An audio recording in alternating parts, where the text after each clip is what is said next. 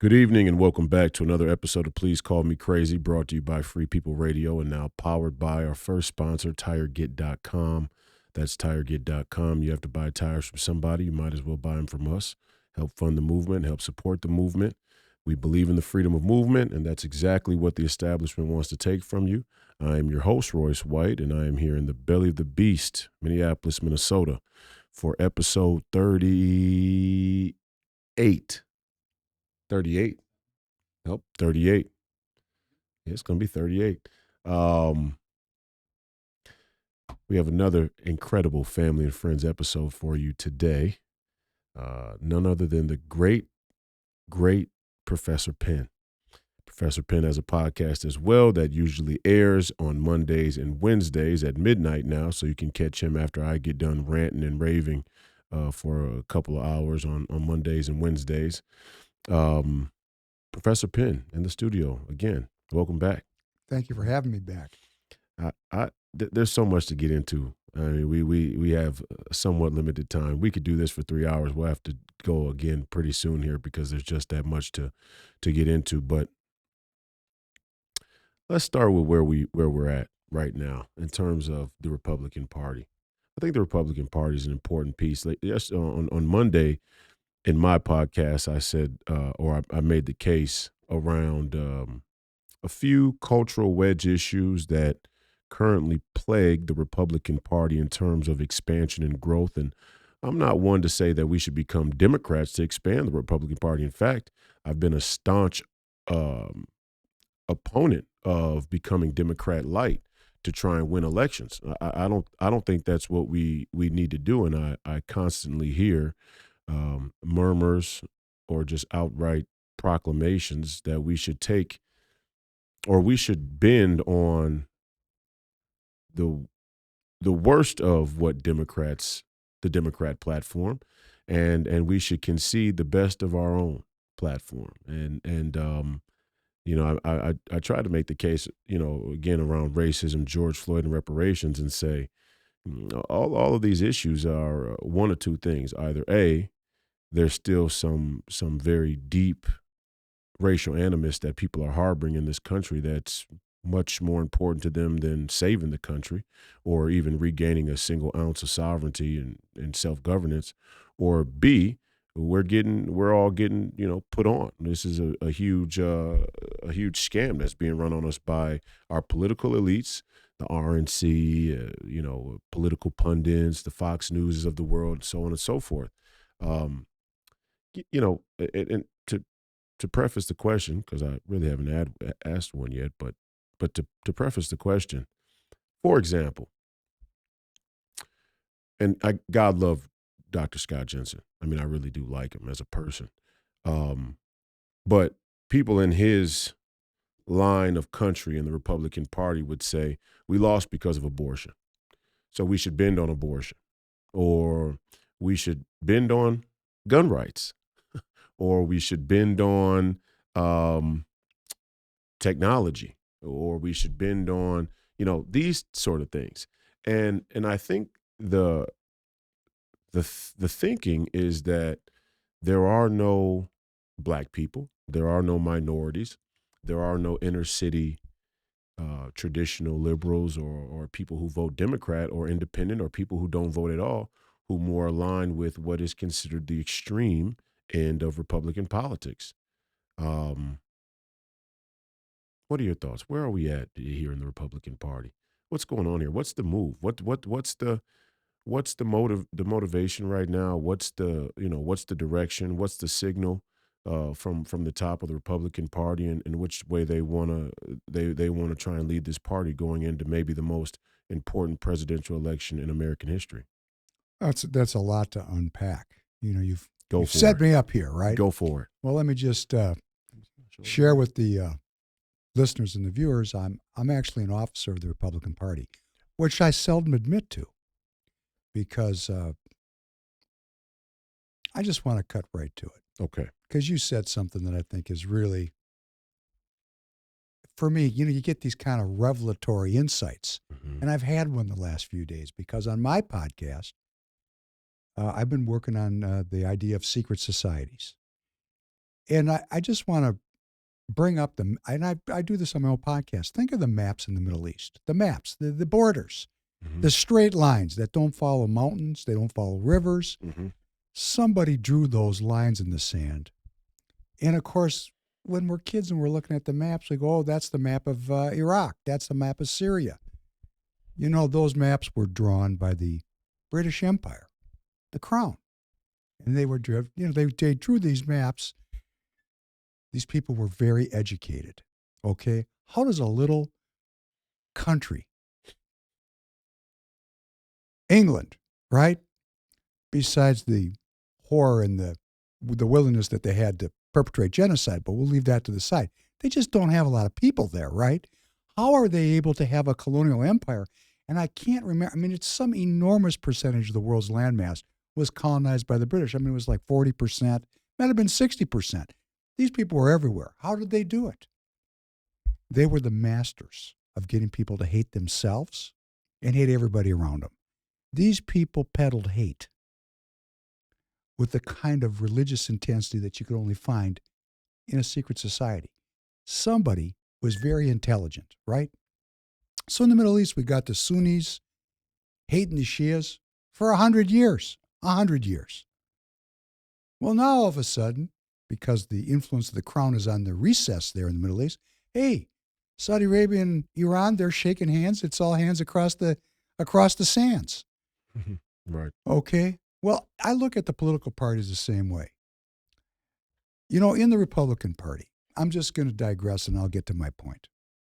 We got two groups, right? We got this silk stocking, I would call them the Reagan Republicans. First of all, their average age is about 75 years old.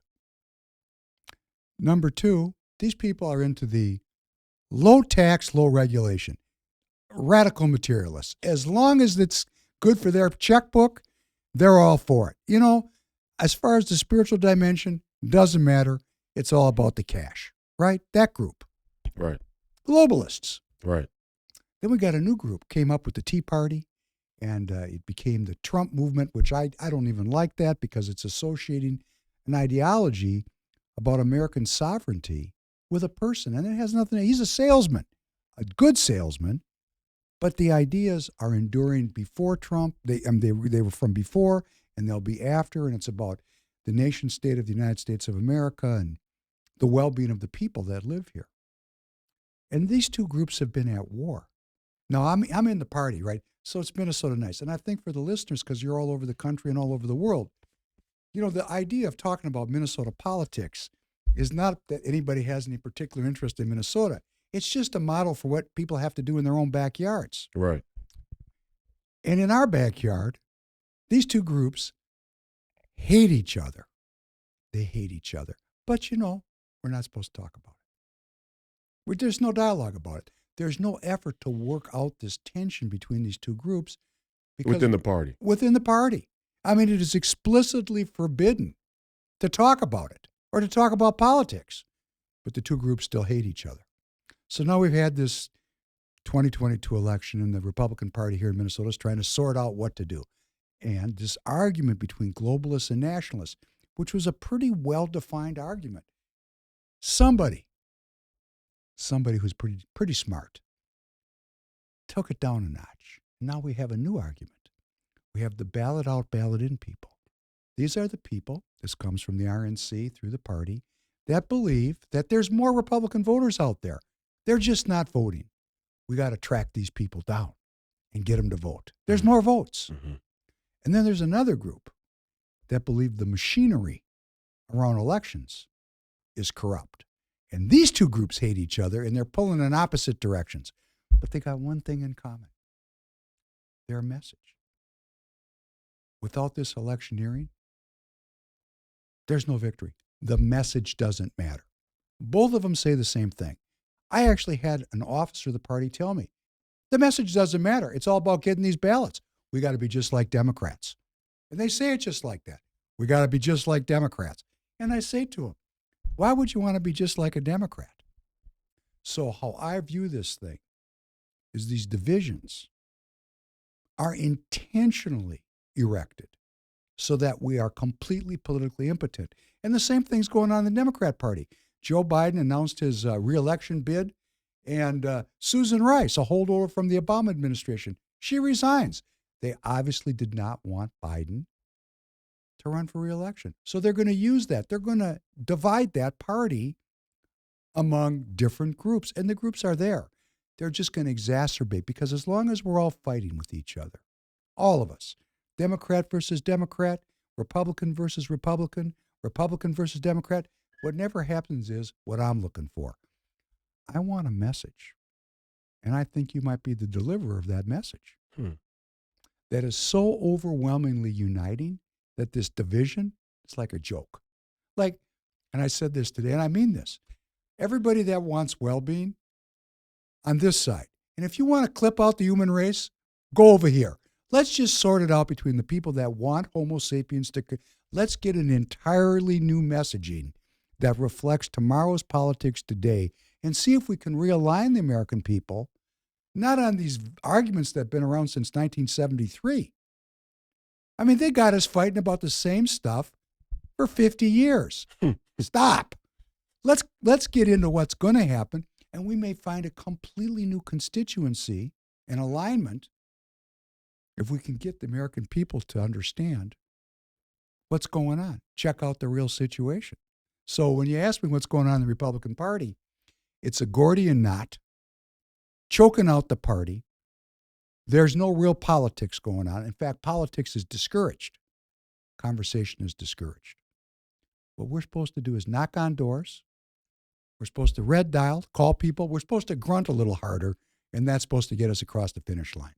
And of course, I reject that, because I believe the message is what matters and the ideas are what matters, not how ferociously people go out and knock on doors. You don't have to knock on doors. If you got something that's good to sell, people are going to buy it. When people don't like what you're selling, you got to knock on a lot of doors. Let's come up with something people want to buy. That's my message to the Republican Party. Let's talk about the race piece of it. Please. Let's just go right down into Let's the shit. go right down, because my back's a pincushion. Let's go right down into the shit. The race piece.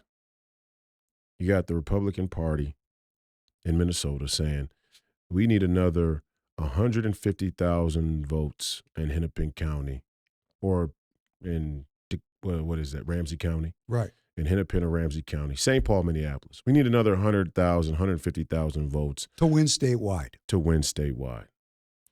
And then they bring Liz Collins. And what I realize is, if any cuck motherfucker out there is watching this undercurrent of political commentary or feedback from the social media platforms, which many people are, they can't help themselves. Many people don't have original ideas. That's a crisis of our culture and society as well. But if anybody's watching it high up, I can understand why the Liz Collins thing is an efficacious strategy in their opinion. They mean to galvanize the Republican Party around an anti-George Floyd, anti-black sort of motif, to say, we don't need blacks or Hispanics to win. We just need more rural white people to win, right? And in this way, I mean, again, I said on Monday, race is the biggest issue. No, of course not. Has race been used to manipulate the American people and drive a wedge between us and keep American politics stagnant? Yes. Has it been used to justify globalism since World War II? Yes. But there is a real situation when it comes to race. There is a real dynamic when it comes to race, and there's a real Gordian knot to be sorted out when it comes to race, to be untangled when it comes to race. And I just, for the life of me, and you tell me what you think, I for the life of me can't understand how so many people have such a, it really starts to highlight how good the media is at shaping the minds and ideas of modern people in our culture and society. Because there are these buzzwords, when you say them, people have this knee-jerk reaction. I mean, without even thinking, it's just boom, boom, boom, boom. You could write a list of them down. The list could be infinite, hundreds, thousands of buzzwords. And you say them, And people who are aligned on either side of the aisle just have the same response. And with George Floyd, it's so telling.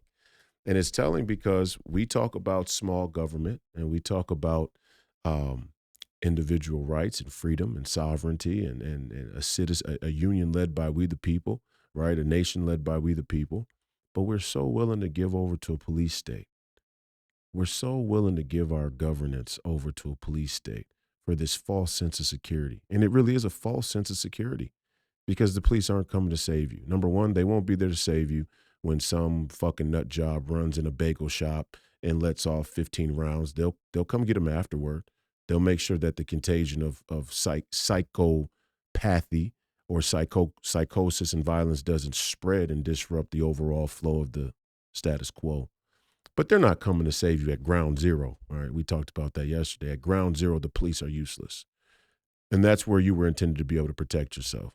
And so many Republicans, they talk about the Second Amendment, they talk about freedom, they talk about sovereignty and citizenship and fighting against globalism, but they've opted all in for a police state. And they're willing to hang George Floyd out there as the symbol, a conversational piece to jerk each other off and find common ground when it's a complete symbol of police overreach and tyranny and the growing police state and the normalcy of a police state here in this country that's been on the move, on the rise since 9/11, since Reagan.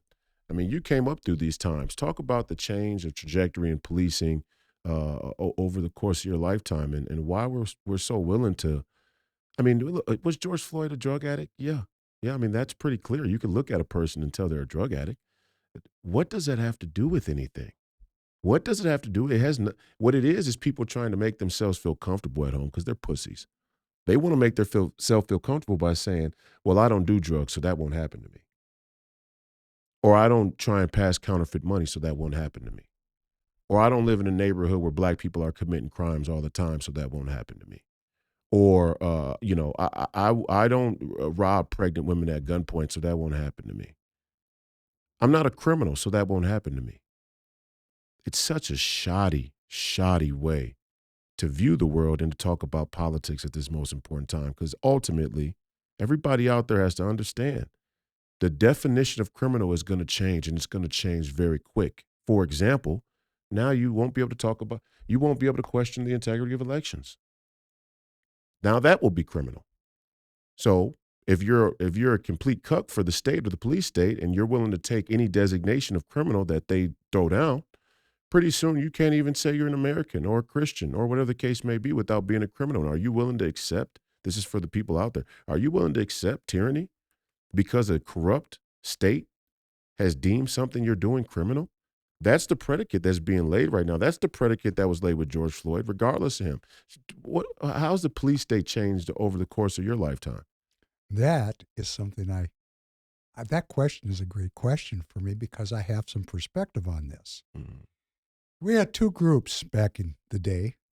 We had the group that went off to Vietnam. Many of them went non-consensually. They were drafted, but they were run into the military-industrial complex. Some came back anti-war. Some came back part of the system. And then we had the majority of the people. We're going back into the hippie area now. These people were anti-establishment to the max. They had been erected to fight against the status quo of the time. Yeah. Keep going. Well, these people were very anti-cop. And if you were on that left side of the equation, which I was back in those days, you didn't trust the cops and you didn't look at them as your pals. As a matter of fact, they were the enemy. So I think what is missing in the minds of many of the Republican Party stalwarts is that there's a lot of people that don't view the cops as their friends. They're caught in their own worldview. You know, one of the biggest problems that we have as people, challenges, we have to be convicted about what we believe, but it helps our conviction to know what other people believe.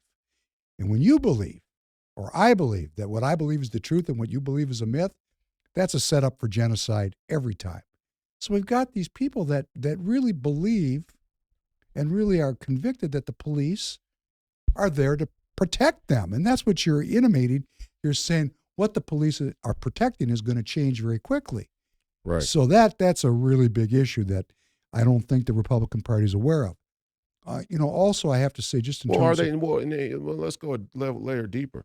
Are they not aware of it, or are they just harboring racial animus? Right? Because I mean, there's this whole deal where it's like, well, we're not racist. I'm not racist at all. It's like, well, maybe you don't know you're fucking racist. you want to know something I have? And I say the same thing for black people too, because black people seem to have this reverse rate. The whole claim that black people fundamentally can't be racist is the most. That's a scam. That's the craziest, lukewarm, corrupt status quo, liberal Marxist academia scam running. Right? I've never even heard something so ridiculous. That's about as ridiculous as it gets. You must not be human if you're black. That's fucking ridiculous. So it goes both ways. But people go, I'm not racist. I'm not racist. Well, maybe you don't know that you're racist. And I'm not even making a big deal about racism. Let's take it away from racism and just say, maybe you don't want to be free. Maybe you're willing to give over to some strange race bait that's been thrown out there as mulch for the feeding frenzy of American jerk offs. It's been just thrown out there in the water, and we're all willing to go eat it instead of being free, because being free is a huge burden, right? That's what starts to dawn on me is, do the Republicans really not know that? Do they not see the outgrowth of the police state? Really? No, they don't see it. Really? They think it's all for them. It's all in behalf of them. That's the same people that want low taxes and low regulation. Because when they're taking their ill-gotten gains, they want protection. It's a protection racket. So from my perspective, just to talk about racism, and I can say, I have a nickname here now in the Republican Party. I consider it a code word for a racist dog whistle. I'm a self-promoter. And I'm thinking to myself, why would anybody call me a self-promoter? Isn't that what we're supposed to do in politics, is promote our ideas and build a constituency? But when somebody steps up and actually does it, and I keep hearing this thing, I'm a self-promoter, like I'm doing it not for the United States of America. I'm doing it just for myself. And I'm thinking, why would they think that about me? I'm purely operating out of my own sacred honor and my desire to make well-being for the American people. So I know they're not listening to me. They're labeling me. Mm-hmm. It's a little bit of a dog whistle. Mm-hmm. That's in my own party. And I'm really, really depressed about that, because having lived most of my life without encountering racism and anti-Semitism on a personal basis, to run into it in something as important as my political activity, it's a concern to me that I see it. And relative to we're caught. And I don't mean to cut you off, but we're caught in the middle of fucking morons. I mean, we really are. You and I both. We're caught in the middle of a gang of fucking morons on both sides. I'm over here with the Democrats, and I'm marching, and we're going to the Fed, and a bunch of purple-haired fucking Finocchios want to make a big deal about black trans rights. And you got a bunch of black bourgeoisie, nonprofit community activists that will take the shekels from whatever corrupt status quo rises up to power. They just want to get paid. So I come to the conservative side and say, well, if we really think about it, I'm Catholic.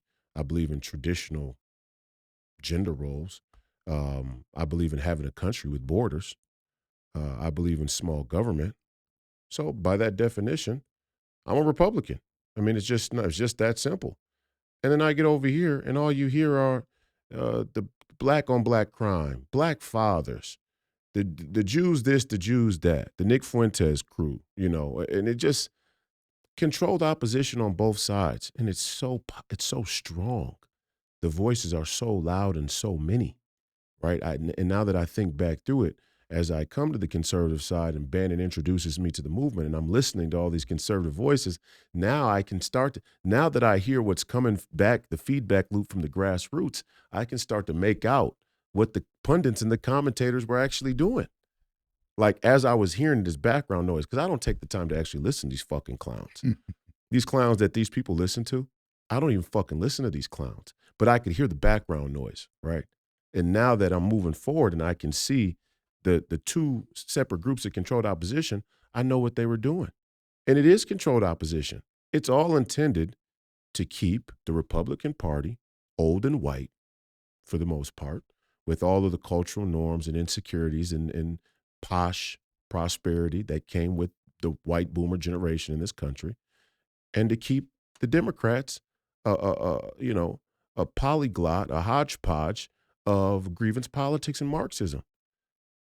There's no room for people who believe in having a nation or have freedom. We're not even having the right conversations when it comes to these things. I say we need to annex Mexico, and they go, why would we want the problems of the drug cartels as a part of our nation? Or on the other end with Canada, why would we want the Marxism and the globalism of Trudeau and the Canadians as a part of America? I mean, these people have no clue. I hear a story that the cartels go into, they weaponize people in these neighborhoods, and these cartels will just go into a house, raid a house, take a kid. Who's your oldest son? Take the kid, call ransom the family, and say, we need this amount of money to get him back. Mom, just a mom, single Mexican mother. She comes up with the money from all the friends in the family, all the friends in the community. They round up the money, pay the ransom, call back to find the kid, get the son. Nothing. Kill the kid anyway. Cartels don't even need the fucking money. These people have sitting on $1 trillion. They're sitting on a $1 trillion empire of drug money that everybody's in on. This is going on directly south of our border. And we're talking about George Floyd being on fentanyl and allowing the police to behave however they want because he's a criminal. Just south of the border, we got the biggest criminal organization in the entire world running rampant. And I bring this into the conversation because it's so funny to me that Republicans are willing to talk about crime, and they're willing to talk about drugs, and they're willing to accept the militarization of police, but they're not willing to go all the way.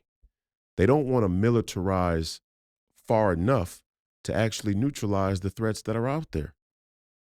What is, I mean, if we're gonna talk about crime and drugs and fentanyl, and we're gonna use that as a predicate, as a pretext to let police behave however they want in the States, then why don't we just militarize all the way and go down to Mexico and get rid of the cartel problem? See, Too much money involved. there you go, right? Too many people on the payroll. There you go. That And would- it's not just too many people on the payroll at the highest level. It's the whole ecosystem. The culture. of the banks. No, I said the other day, you people want to pretend like you have some fundamental opposition to the sort of crony capitalism and Ponzi scheme that the Federal Reserve has run on the American people. You don't. You just want in on it. And your resent and rejection of the Federal Reserve or the monetary policy or the tax scam, your rejection of it is just that you can't get a big enough piece of it. That's not sacred honor. That's not national honor. That's not morals and ethics and values. That's not being an American citizen. An American citizen looks at the fundamental scam of the Federal Reserve and the taxes and goes, on face value, it's wrong. The same way we look at the Mexican drug trade. We just want a piece of the drug trade. We're fine with it. Why are people talking about fentanyl when it comes to George Floyd? Do you know how many people are on drugs in this country? And then not criminal. Not criminal. There are people getting Xanax from a doctor. There are people getting Xanax from a doctor who have this similar behavior to a George Floyd when it comes to their drug abuse and the symptoms and the psychosis and the neurosis that comes with it. There are people who get illegal drugs. Should they be shot and killed by the police? Obvious question, obvious answer. Let's go back to something that you said. I think this needs to be interjected because we're talking about taxes now in a way. Right. What are people willing to pay for? Right. So people are willing to pay for militarization to a point, but they really want low taxes. I mean, the whole thing is not sorted out because there isn't an overarching theme which all the American people that could get behind. And I think that theme is the well-being of the people, the well-being of the American citizens. But we go back into policing, going back into the 70s and the 80s. Those cops were well-trained, came from the community. If you're a desperado, you probably had a cousin who was a cop. Right. Because you came from the same community that the cops came from. Right. And in fact, I was involved, I don't know that I've ever mentioned this to you, but I was involved in the late 1990s in actually training police in combat training. And I did a lot of it. I did it for 3 straight years, 3 times a week. Because at that time, the police, they were, for lack of a better term, they were badasses. They were well-trained. And if you messed with the cop, you were messing with somebody that was capable, trained, and willing to make you feel pain. And that was a kind of a little bit of a barrier to throwing down with the cops. What happened was in the Clinton era, they decided to radically expand the amount of cops that were in the streets. And why? Show and tell, I think. Show and tell. They wanted to do something. They wanted to end crime. I don't know. I haven't really looked at what Clinton, but I know they expanded it, and I know what they didn't do is they didn't train those people. They stopped training and the budget started to shrink. We have all these economic issues. So the cops were getting paid less. There was less money for training, and cops went in. Well, that was part of it, too, was the militarization of the police. They relied less on their own personal combat skills and more on a militarization of their whole unit. Strength by numbers. Right. Mm-hmm. So the individual cops were easier to threaten, and a man who's threatened does strange things. Reacts poorly. Well, like leaning on a guy's neck for 9 minutes or whatever that time period was. On his back. Yeah, ridiculous, on right? On his back, on his neck, on his dick, doesn't matter. It's completely born of fear. It's right. Fear-based policing. And what we need is community police. Fear-based policy. It's fear-based citizenship. And the whole thing is about fear at one level, right? Just making us, you ask why these people are the way they are. They're afraid. They're being made afraid. It's one crisis to the next, one challenge to the next, one threat against us to the, and it's forcing people to accept this tyranny. Into a shooting gallery. Well, it is a shooting gallery. It's like how you shepherd sheep, right? Oh, you're making me think of Bertrand Russell now. Well, please proceed. Well, this whole thing goes back a long way. Okay, this is something that is in my line of country. Why do we think this way? You said these people are morons. They're actually not morons. They've just been made moronic. The people are not, we don't have the cultural expectation that people can learn.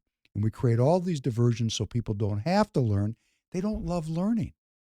They don't love investigating. If people would take the time to investigate what was going on, and they would see for themselves what their leaders are saying, because they write it down. We don't have to make it up. So there's a guy named Sir Bertrand Russell.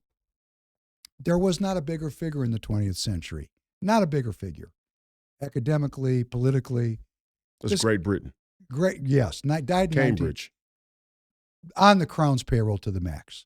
He was the first spokesperson for the New World Order. Numero uno.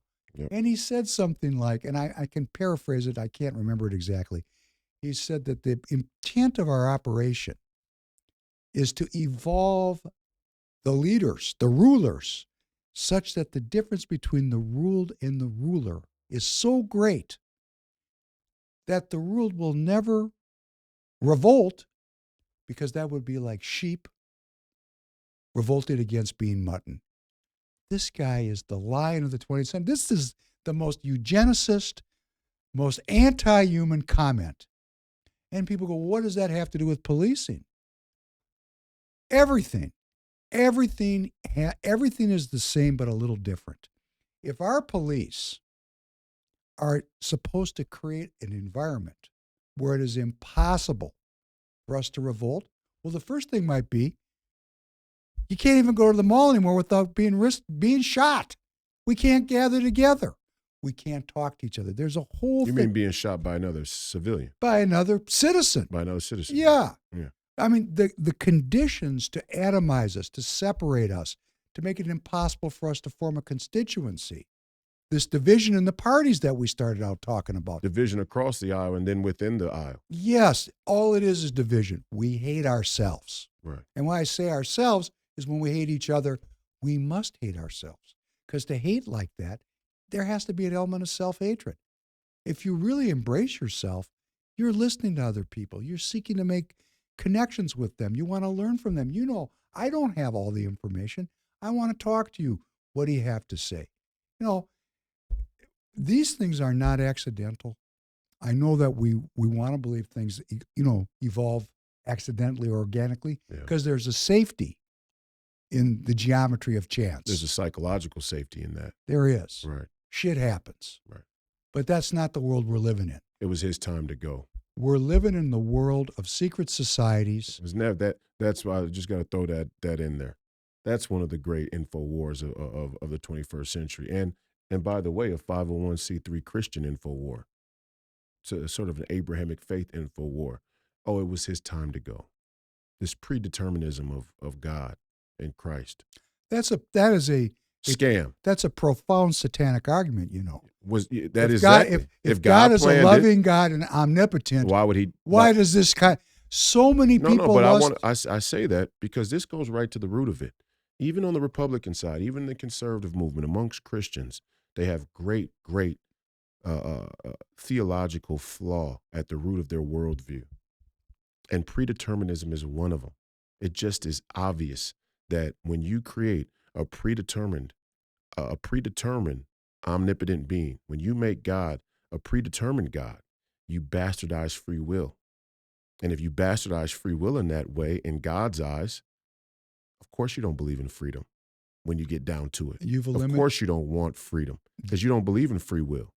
This is one of the fundamental arguments. You know, when I hear this argument now, because I've been around for a while, it sounds like a really low level, kind of like a penny ass peddler argument. Mm-hmm. But when I was young, the first time, this is in the 60s, and you start, how does a loving God allow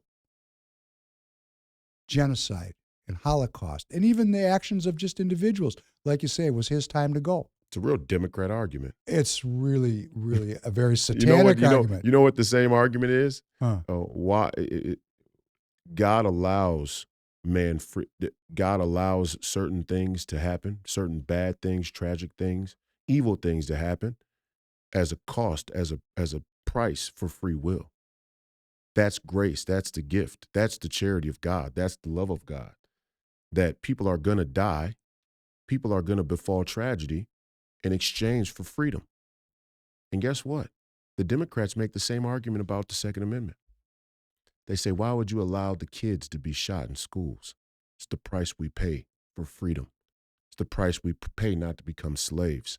This is the evolution of human organization in our American founding documents that even the Republicans find a way to shill, to undermine. And they do it through the police. They're doing it through the police. And it really is starting to piss me off. And it's not that, it's pissing me off because I'm seeing it so often. I'm like, you guys have a hard-on for this issue, the George Floyd thing.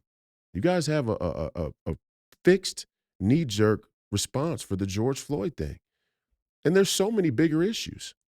Oh, we got to go back to the beginning. What's going on with the Republican Party? You know, most Republicans in this metro area where we need this 150,000 votes to win statewide, which is critical, right? Well, a lot of these people, most of them, will not identify as Republicans when they run for office. Right. What does that tell me? It tells me the brand is so tarnished that these folks don't want to identify as who they are, like people are stupid. I mean, it's really kind of a joke. But beyond that, they also say, and I'm going to get to this Liz thing in a second. Yeah.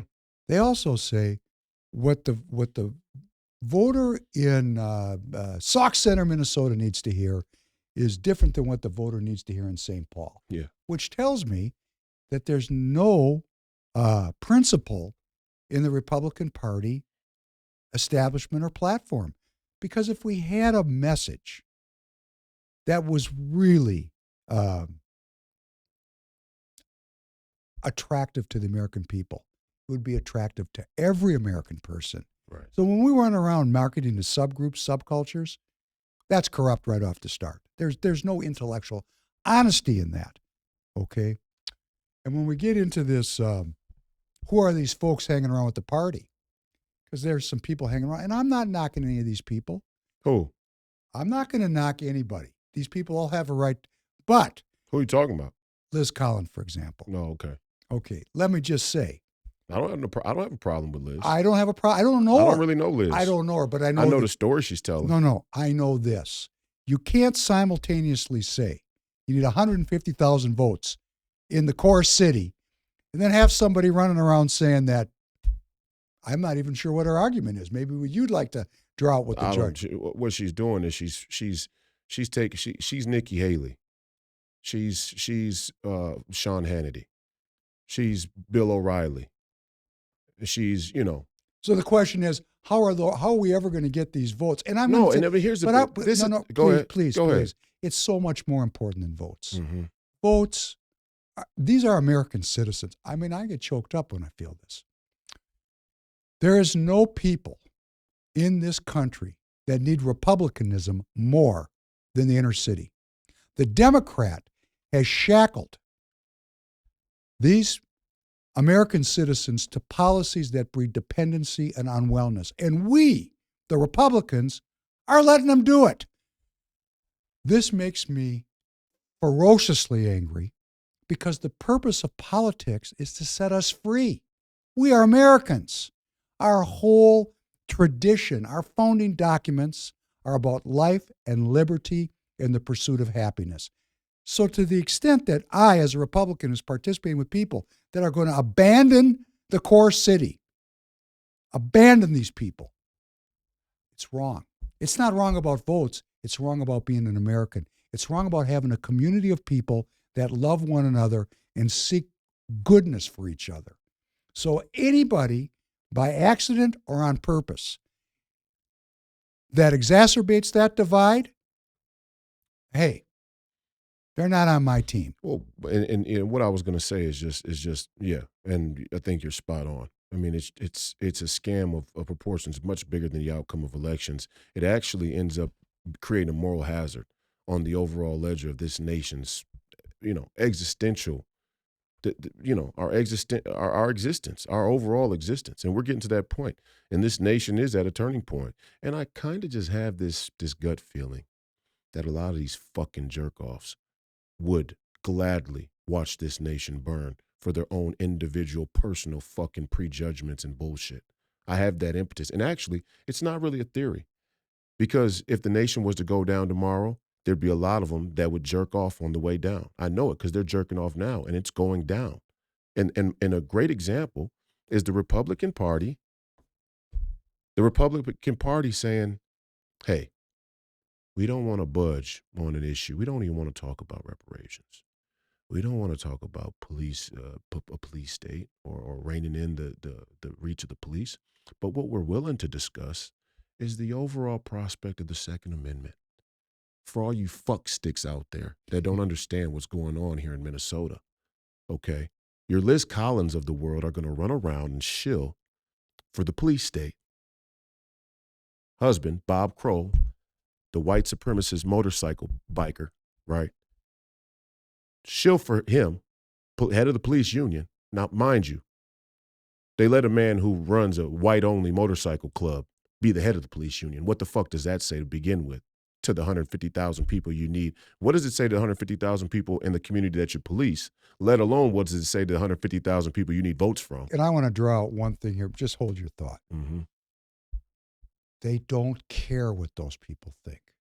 That's the problem. Right, no doubt. And I think we need to have a new party platform in the state of Minnesota, in the Min GOP, which explicitly changes that we open our hearts and our ears to every American citizen living in the state. And right now, there's just no care or concern. But again, back to my point.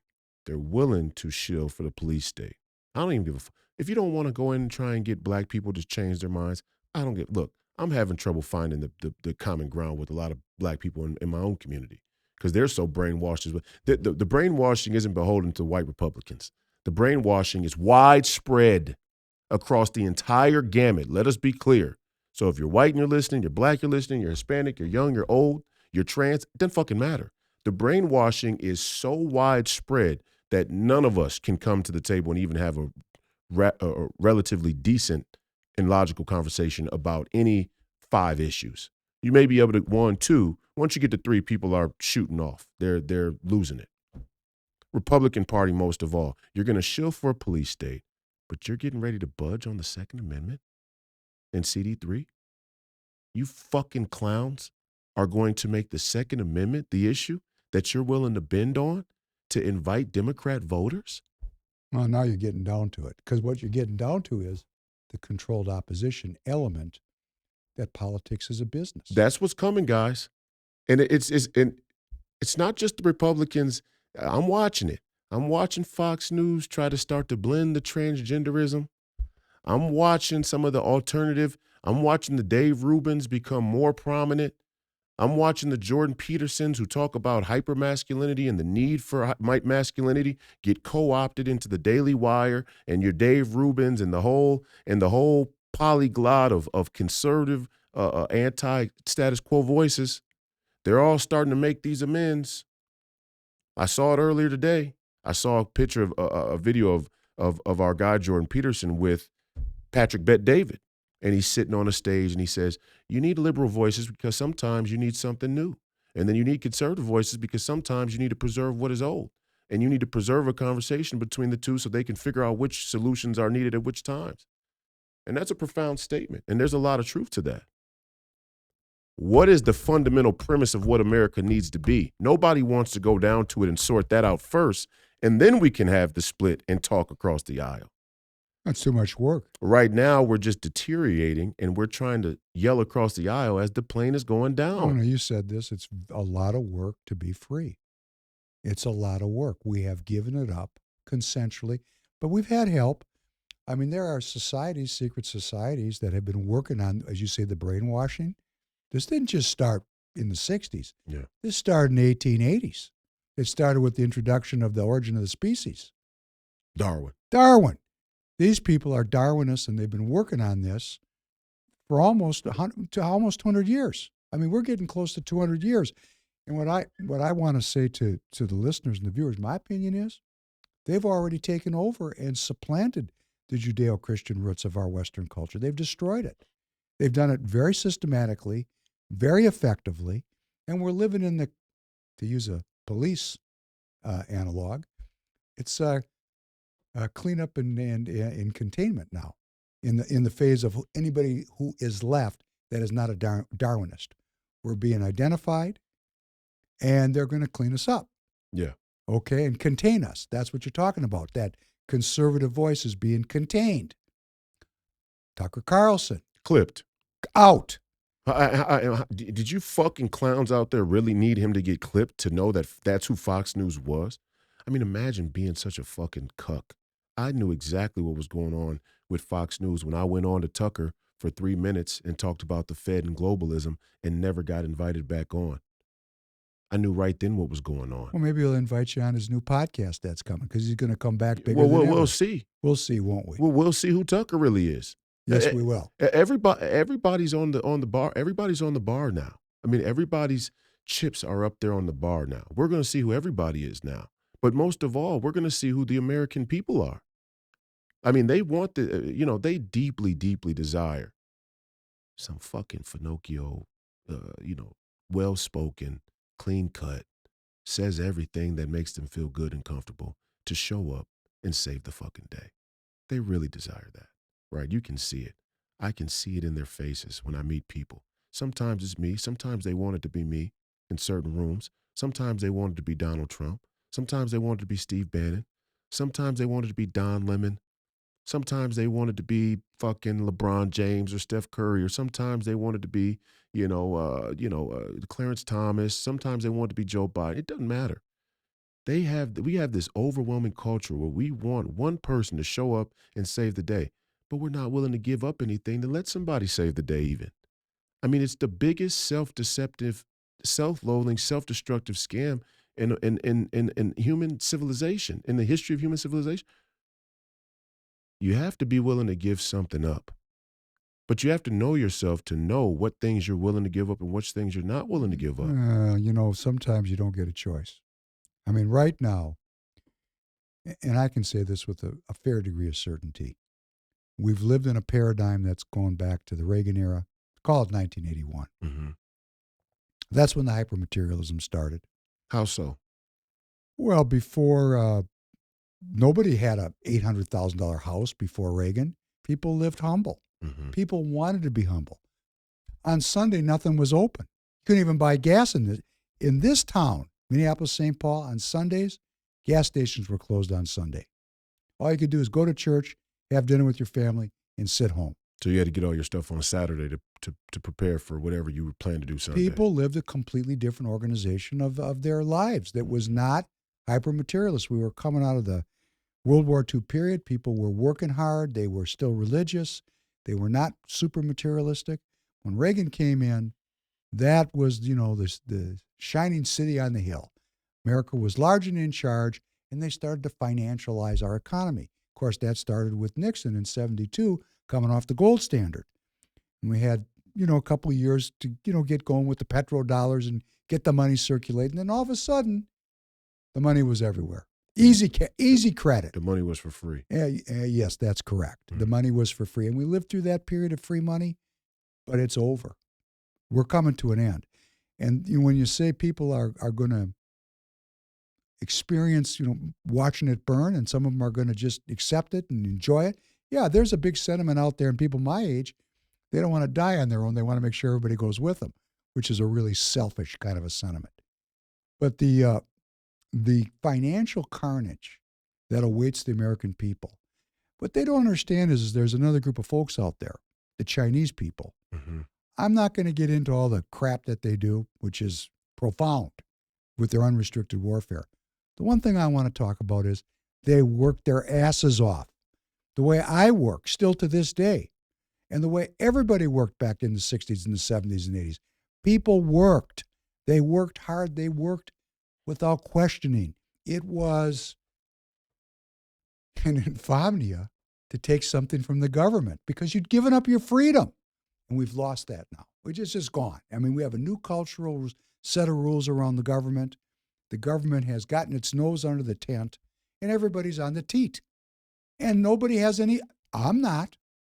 And I tell people, go see your doctor. Okay, when I make this statement, I don't go to the doctor. Not because I know the doctor, that I think the doctor can't help me. I'm not giving up my freedom. I'm just not doing it. I'll go if I have to. But generally speaking, you can stick your well-being business up your ass because I don't need to be on the comeback.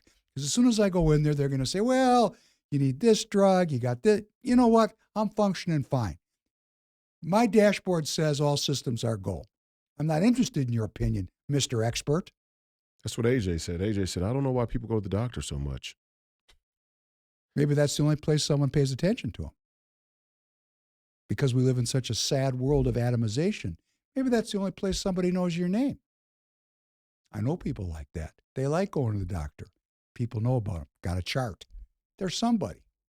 They've lost their own connection to the natural. Shit. That's terrible. It's dark. Well, what is a doctor? He's a priest. He even wears the white vestments of a priest.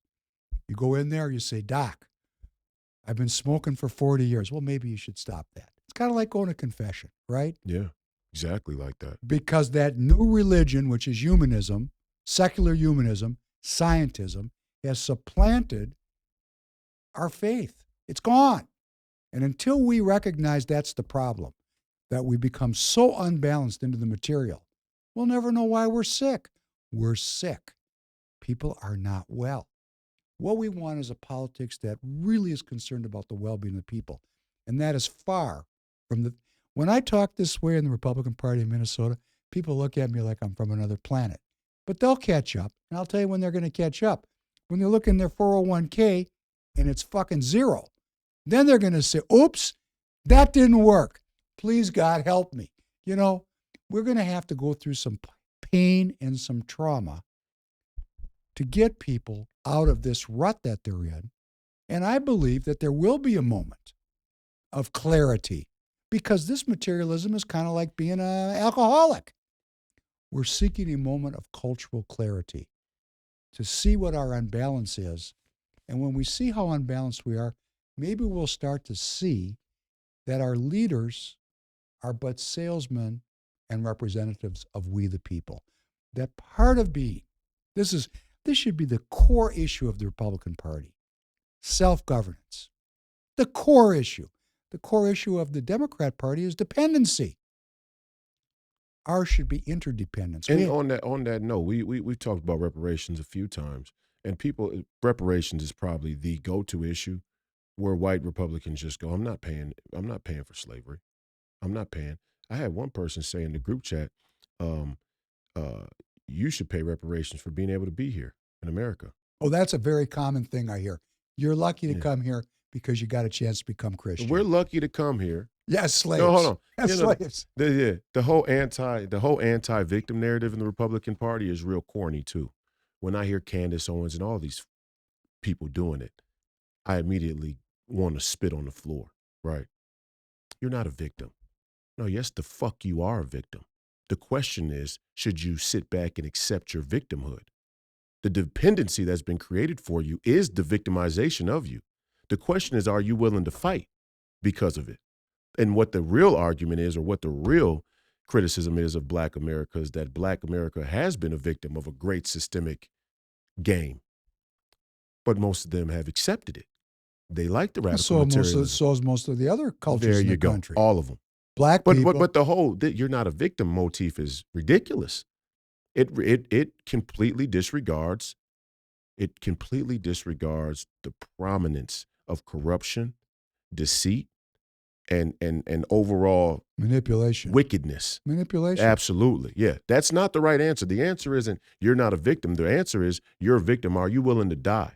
Are you willing to fight and die for what's been done to you? And most people aren't. In this way, as long as the money's flowing. As long as the money is flowing, right? And so the reparations thing is like, I hear people say all the time, well, we're already paying reparations, right? Am I good over here on this side?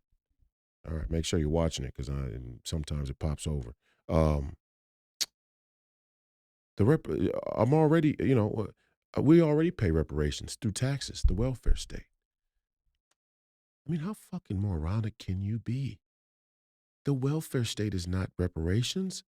The welfare state is the government using your money to expand the footprint of government dependency. That's the opposite of reparations. I call it the Democrat now. I'm going to call it the Democrat. The Democrat shackles the people with programs that create What's the difference between reparations and the welfare state? So people understand. From your perspective as a businessman, a successful businessman, what does reparations and giving land and the opportunity to rebuild America's manufacturing base versus being a welfare state ward, what's the difference in the two? Okay, now there's two ideas there, so let's go over both of them. Because you talked about reparations and we talked about rebuilding America's manufacturing base. And what you want to do is link them together because this is not the first time we've gone down this road. Okay, Republicans, we've lost.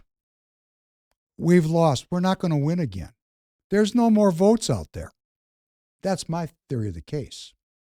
We've lost culturally because the Democrat controls every institution, from the college to the high school to the grade school to Hollywood to every corporation. This Darwinism is omnipresent.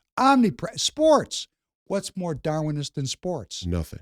That's what it's really highlighting. No doubt. That's so what it's normalized.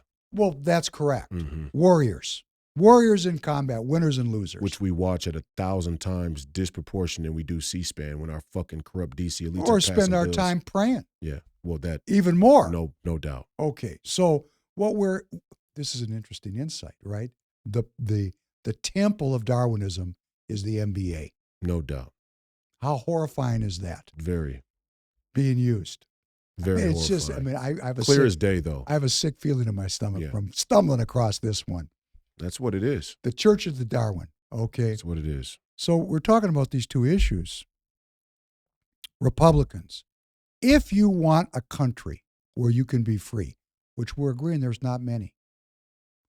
There's not many that really want freedom. What they want is easy money, and they don't want to worry about getting clipped when they go off to the dinner, right? They want security and material. They don't really want freedom. They're not invested in the idea that this country was set up so that people could be endowed with inalienable rights from a creator. That's not important to them. It's important to me. It's the only thing important to me. We cannot win ever again when the Democrat controls every lever of power unless we start to think out of the little box of being the controlled opposition. We need to run some new plays. Let's just see if they work. Reparations would be one of them. Why? Because we're in the reparation thing on the forever, on the comeback. How about a one-time opt out of the welfare state, and maybe we only get 25% of the people that want to do it. Maybe 75% are completely gone, but we're going to get 25% of the people to come out and say, pay me one time and let me be part of this country's productive system. Let me have a good job. Let me raise a family on one income. And you tie that to reindustrializing or bringing back our supply chains so that we truly are interdependent upon each other. Right now, we're dependent on foreign powers that wish us ill, that are working every day to undermine our strength as the American people. Okay, so Republicans, please think out of the box. We can't win with yesterday's playbook. We need a new playbook. And if we have a shot at healing the divisions which make our communities separate and unwell, why wouldn't we do it? Hell, we're $32 trillion in debt anyhow. What's a little more money thrown at it? We're going to go broke anyhow. So why not? No, wait. There's a difference. I'm talking to the Republicans now. I understand. Okay, but I'm just great. saying the Republicans need to understand there's a significant difference in printing up money and spending money to invest in the security of your own nation versus spending money and printing money to ship over to another nation who's your arch enemy. So when we say we're going to print money to rebuild this country, that's not the same financial and economic prospect as No doubt. Right. But let's also realize that the people that are blocking this are the only ones getting any benefit from this business model. They're blocking it because they're at the top of the funnel. Well, no, and they're not the only ones getting the benefit. And this is what they're getting the best benefits. They're getting the top benefit, yeah. But this is this is why I say we live in a cuck society. This is cuckery on both sides. You know why white people really don't like the idea of a one-time reparations that would take black people away from the welfare state? Because part of them, having accepted being fucked by their government and their elites, their corporate elites, their financial elites, their political elites, part of them likes to be able to juxtapose their own little shithole life to the black folks who are caught on welfare. They like to be able to look across the river and say, hey, I got it bad, but I'm not that fucking stupid. I'm not that fucking bad off. They like that. And on the flip side, black people, they like to talk about freedom. They like to talk about injustice. But really, they like the welfare state because they don't want to have to walk into the unknown of self-sufficiency. They like to be able to look over across the river at a man with lighter skin, with white skin, and say, there's my problem. There's my oppressor. It's a two-way deal. It's a two-way deal. And where did it come from? The Crown. And how did the Crown get it out? They got it out through our academic institutions that they financed, and it's pure Darwinism, pure exploitation of the people, turning one against the other. I mean, when I say pure Darwinism, I mean in the sense that those Darwinists hope we kill each other because then they get all the spoils and we're all dead. Or they're just keeping us distracted long enough to get to the evolution of Darwinism. Well, that's which is we're there. Post-humanism. They don't have to wait. We don't have to wait. It's here. It's here.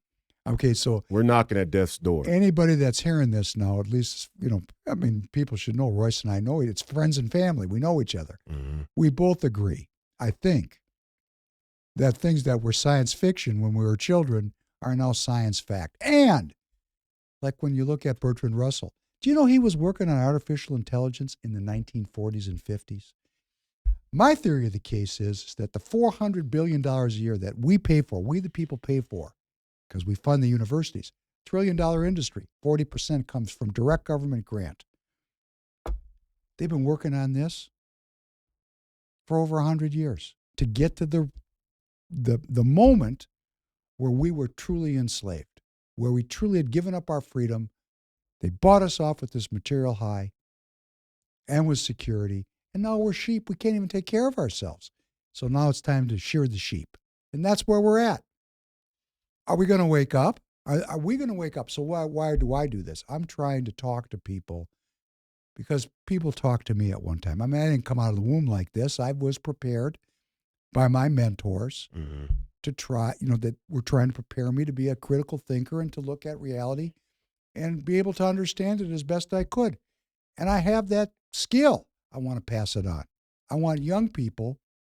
Tanner's our producer. He gave me a new one today. The Doomers. His group. I said, what does your age group think about this kind of material? We call ourselves the Doomers. What does that mean? It means we're doomed. It doesn't really matter what we do. Society is done. And they're living their lives. They have been convinced to give up before they even started. Yeah, I see that often. Oh, I see black people doing that often. It's one of my huge criticisms of the black culture, at least the black culture of the black community that you can see online. A lot of them default to this, America's done.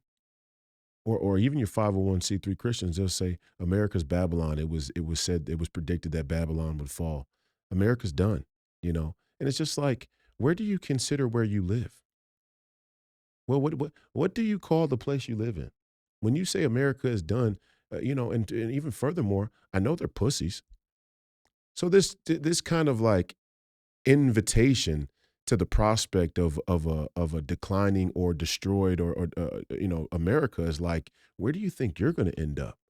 And the only thing I can take from it is that they hate themselves.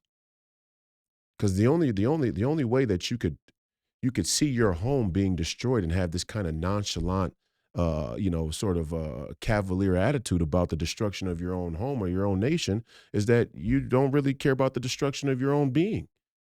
And that is the case for a lot of them. or it's illegitimate. Their position is illegitimate, and they somehow know it. When you have illegitimate gains. Well, yeah. Well, mean- yes, but is it? I mean, like, come on. I mean, and this is I get it. America, yeah. That is a claim no, there's a lot of illegitimacy that's going on. There's no doubt. There's no doubt. I mean, if you're in debt and you have a $1 million home and you owe $1,400,000 on it, and everything you got is mortgaged, hey, let's burn it all down so I don't have to have the truth hit me. There's a big sentiment. We all implicitly know we're out so far over our skis. Yeah. That nobody really wants to pay back. And you know what I say to these people? Fuck you, we're going to pay back. We're going to pay back. We're going to deal with the Fed issue. We're going to deal with the fact that we have a debt society, that's a scam. Who said we should have a debt society? Why do we need to have a debt society? Why not an equity society? Oh, they stole the word. Equity is no longer about the value of my shares in an enterprise. It's about we're all the same. Fuck these people. These people are smart, and they've manipulated us while we were going about practicing basketball or whatever we were doing as young people. They sold us a scam, and you went to college. I went to college. We didn't know that the professors were Darwinists. In a secret society. We didn't know. Yeah. We were just kids. Now we know. Now we got to call these people out. We got to say, hey, wait, stop. It's not written on some rock that the whole country's got to be $32 trillion in debt. Who does that help? Who's getting the VIG? The people who own the assets. Who's getting the VIG? Yeah. Someone's getting the VIG, and we got to pay back. And even more, we got to pay back on fiat currency that was created. I mean, at least if someone bought the treasuries, they gave us money in exchange for paper. There was at least a transaction, specious as it is. But we have $9 trillion on our balance sheet as a people on the Fed. where they just created the money. And we have to pay back with sweat and blood on a fugazi. On fake money. There's nothing real there. Yeah. I mean, it's a scam. But they don't want to. But we don't want to pay reparations. Well, of course not. Well, but the funny thing is, I said right out in the gate, I go, guys, in my reparations plan, we're not paying. We can't pay. There's no money to pay. We can't pay the reparations. The people certainly aren't going to pay. I'm not asking any white people to pay a white tax to black people. That's fucking retarded. That's ridiculous. But what I am saying is, let's squeeze the Fed. Let's squeeze the banks. They print money anyway. The money that they print is backed by the full faith of the American people, the credit and faith of the American people, and the might of our military. Let's use it to rebuild the country. If you don't want to, you don't want to have a country. And I don't care if you call yourself a Democrat, a Republican, a liberal, or a conservative. You don't really want to have a country, because guess who is doing that? Russia. Russia's making that kind of play. China is. China's making that kind of play. India is. India's making that kind of play. Turkey is. Turkey's making that kind of play. Saudi Arabia is. Everybody else. Everybody's kind of backing out of this financialized bullshit story. Well, you know. But the scary thing is, we have the most of everything we need. We have the ingenuity. We have the minds. We have the population. We have the population size. We have the infrastructure. The resources. We got it all. We have everything we need to just pull back and go, you know what? All right, the game's getting reset. The great reset. We'll run our own fucking reset, boys. That's the whole point. We'll run our own reset, Klaus. We got an idea for you, fuckstick. You stay there in Switzerland with your European Finocchios. You guys come together. You fuckers fight off Russia on your own. You fight off China on your own, or you can sit on your fucking dildo throne and go to the Xi Jinping glory hole if you would like. No problem. Doesn't fucking bother us at all. Doesn't much matter to us, because we have what we need, and we are separated by something called physical proximity. Okay? We're going to use it, and we're going to use what we have to reconstruct our nation in a way that's sovereign and self-sufficient. So what's missing? What's the missing element? What's missing is we're unwilling to just say George Floyd was murdered. There you go. We're caught in that fucking scam. I mean, what kind of self-deception is this? And I come back to it because here I am, a young man who aspires to be a political leader or a leader in the country to help foster this rebuild, to help spark this dialogue, to help forward these ideas, to help, get rolling with mentorship from people like you and the other great family friends we have. And we had on some great people so far, Bannon and Martinson and Barker. I loved Maj Toure. We're going to keep having great minds on. And these are the people that are around me. And we're talking about these things and coming up with genuine issues where we think out all of or have you actually taken the time to think out the pitfalls and go, what about this? I think every black urban person should hear Maj Toure talk about, I just love this. I don't care why they came up with this thing. I'm taking it for me. It's freedom. I mean, it was just great. I mean, it's brilliant. It just brilliant. So timely that we just say, hey, whatever it was in any individual slave owner's mind, whatever perverse things were going on there, what they created, that document, stands on its own. Let's just import it into our time right now and be concerned about the American people. I think what's missing is the American people no longer have the will to fight, to be self-governing. Right. So we got to just work on it every day. Every time I'm just going to fucking ram these people and tell them that they're pussies. And if they don't like it, they want to turn it off or whatever the case may be. So I'm going to work the other end. I'm going to try to give them the how they were turned into pussies. Yeah, great. Because it wasn't an accident. Yeah, but what young men need to, and I told you the other day, young men need to prepare for the worst, for war. Let the elders and the statesmen, I'm 32. At 50, I can, talk and be more amenable. But we're on our way to war. The burden of war. Like actually. The burden of war always falls on the young. Absolutely. In fact, if you had. I'm not even talking about a war with China. I mean, when the shit hits the fan, each and every young man out there who has a family, who has a wife or children or a home or anything, people are going to lose their shit. They're already losing their shit. People are already losing their shit. It's not safe to go to the store. Look, I saw the other day I saw a video of a young white woman come into a grocery store parking lot. She opened the car door of an elderly white lady, pulled her out of the car, pulled her out of her car, got in her car, backed up and started to ram other cars in the parking lot. I don't know if she was trying to carjack the white woman or if she was just losing her shit and decided to just, go haywire. I don't know. People are losing their shit every day. So the war is coming, whether it be with another country or just within our own communities, in our own streets. And then, and I don't mean to, fear monger, but and then you have the other side of that coin where the young black kid comes up to the door, rings the doorbell. He had the wrong house, and the white homeowner who was 80 years old shoots him. Right. He lived. So that's a good thing. He lived, but he was shot. And then you have all the pro-black activists come out and say, this is racism. No, that's not racism. It's unfortunate. And 84-year-old men tend to make mistakes and overreact when Fear. at that age. I mean, it doesn't even matter. You could at 84, Joe Biden can barely construct a sentence. You go up to Joe Biden's house, he might shoot you too, right?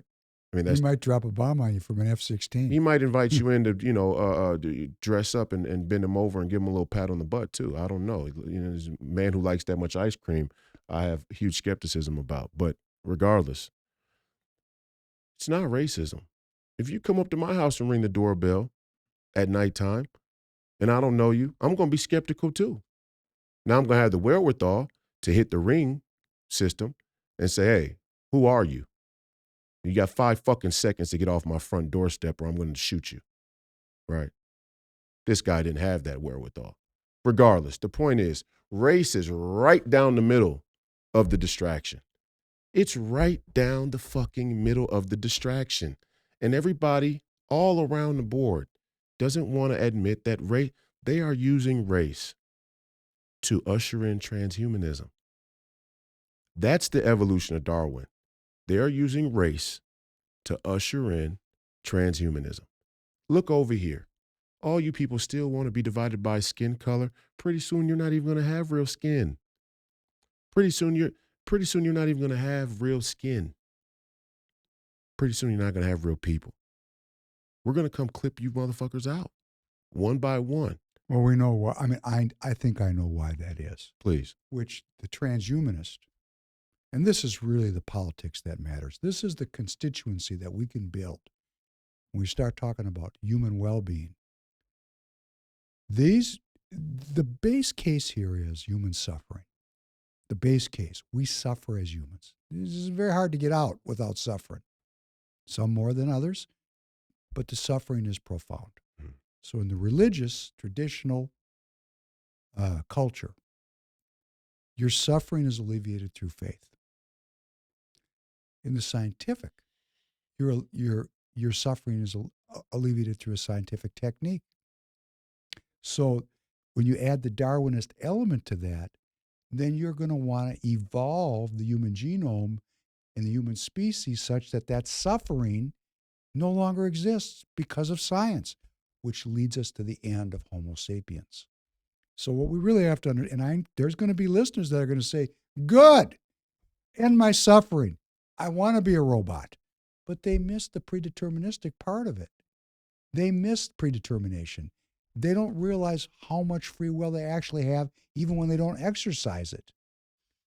And beyond that, it's just wrong to have a genocide because hand in glove, if you have a system that has positive eugenics, like a Sir Francis Galton, that negative eugenics, which is Margaret Sanger, hand in glove. They go, because if you have the balls to say, I'm going to replace God and I'm going to positively evolve the human genome and humanity into even a non-carbon-based life form, hey, that same person's going to say, we don't need you anymore. And, Yuval Noah Harari, the biggest political problem facing the world today is 2 to 3 billion unnecessary humans. No, the biggest political problem facing the world today is how we're all going to have human dignity and human well-being, and we're going to push these crazy, mad people out of the way. And that, I think, if we can get the Republican Party into that dialogue, which I realize is a stretch because, they think I came down from another planet when I talk like this. But they're just not reading the source materials. Hey, I'm not making it up. Too busy with fucking chicken wings at their fucking political meetings. That's exactly right. The chicken wing brigade. That's exact. They don't want to do politics. They're practicing social hour. They're practicing the politics of 1985. They all lionize Reagan. So if I come into one of these political meetings and I start taking people's basket of chicken wings and throwing them all over the fucking room, then I'm wrong. If I start coming, they'll call the police. Yeah, there you go. I don't know if there's a better way to end the podcast than that. If I come in to your average boomer Republican political gathering filled with chicken wings and cookies and beer and coffee and start turning tables over and say, what the fuck are you eating chicken wings for when the nation is about to burn? Then I'll be the extremist. Right. Just like if and I want to say this again before we end here. Any person or institution that is trying to suppress the general ability for an American citizen to question the security of their vote or elections is involved in something that is patently unconstitutional. It's patently unconstitutional for American citizens not to be able to question the security of our vote and election. That's unconstitutional. It's probably the most egregious infringement of freedom of speech that you could possibly have in a republic or democracy. And Fox fucking News, that these middle white Americans lie and say they're not fucking listening to, but there's a reason why they're the empire they are, because the fucking Democrats certainly aren't watching. They can't fudge the numbers. They can't justify the numbers in the ad space because Democrats are watching, because they're not. They don't watch it religiously. They boycott. They don't turn on Fox News at all, okay? These middle white Americans are watching Fox News. I don't give a fuck what they say. They just dumped $750 million in the Uniparty's lap. And oh, by the way, just as a bonus. We'll clip Tucker out. No. Oh, it's worse than that. Okay, well, there's a three for then. Okay. What's the one? They make a little fucking donation to the Uniparty. Here you go, $750. We'll clip Tucker out. He's a collateral, right? He's just a show of good faith because nobody's bigger than the machine, not even the most watched guy on cable television. So all you people out there who think if you put your fucking nose down and you get to the point where your success, your work does the talking, all you pull yourself up by the bootstrap fuck sticks out there who think that you can just do enough to ensure your success in America, sometimes you get so successful that speaking the truth is what gets you clipped. Tucker's a sign of that, right? Tucker's collateral. But the real problem is, the real corruption in it is, the real point of it is, they're going to set a legal precedent. This is lawfare. This is a lawfare subversion of the United States Constitution. Coming for everybody. They're using Tucker and Fox News and their abnegation of freedom of speech to set a legal precedent around speaking about elections. And they didn't even fight it. They folded and paid. They're in on it. Well, there you go. So I want to leave in a few minutes left with some action. Mm-hmm. Because, when I watch Fox News, I watch MSNBC. You know why I watch? It's research. I'm not a passive viewer for entertainment. I want to see what's going on. They're not as different as the leftists might think or the right might think. In fact, to me, they're the same because we have a new one going. New one. And we're going to go off the reservation, but I can't let this opportunity to entertain you go by. Please. This is hilarious. Okay. So there's the number one salesman of the military-industrial complex, mm-hmm. General Jack Keane. Mm-hmm. Guy's got the most piercing blue eyes, and when he talks, people listen.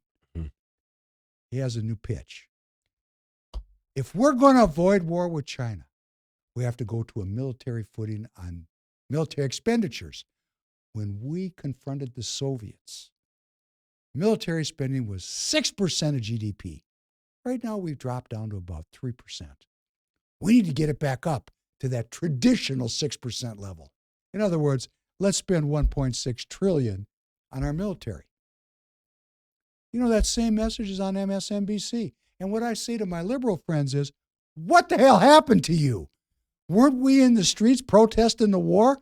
How is it that I'm still anti-war, and you can't wait to support this thing in the Ukraine and war with China. What is with these people? So I'm just saying, this military, industrial, media complex, medical complex, educational institutional complex that is the status quo of this country, Fox News and MSNBC are the exact same network. I have people come to me all the time. They send me clips.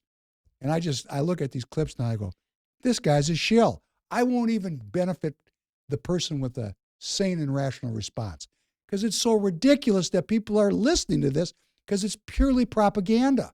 And if you don't know you're listening to propaganda, you like propaganda. You know, there's a lot of Germans loved Goebbels and loved Hitler. They loved him. Hitler was elected by the German people. They elected him. And then he said, oh, crisis.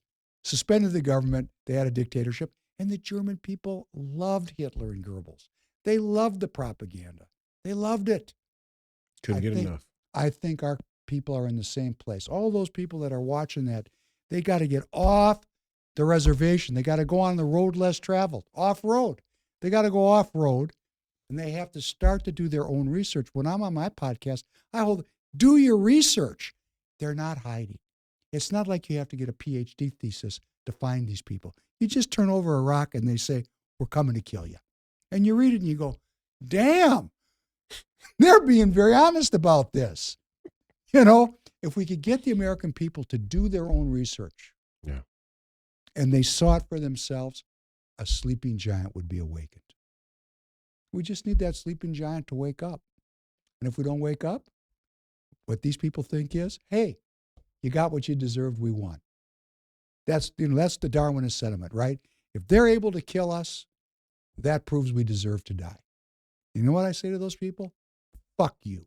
It's not going to be that easy. And there's millions of people that are going to rise up, and they're going to have to deal with it.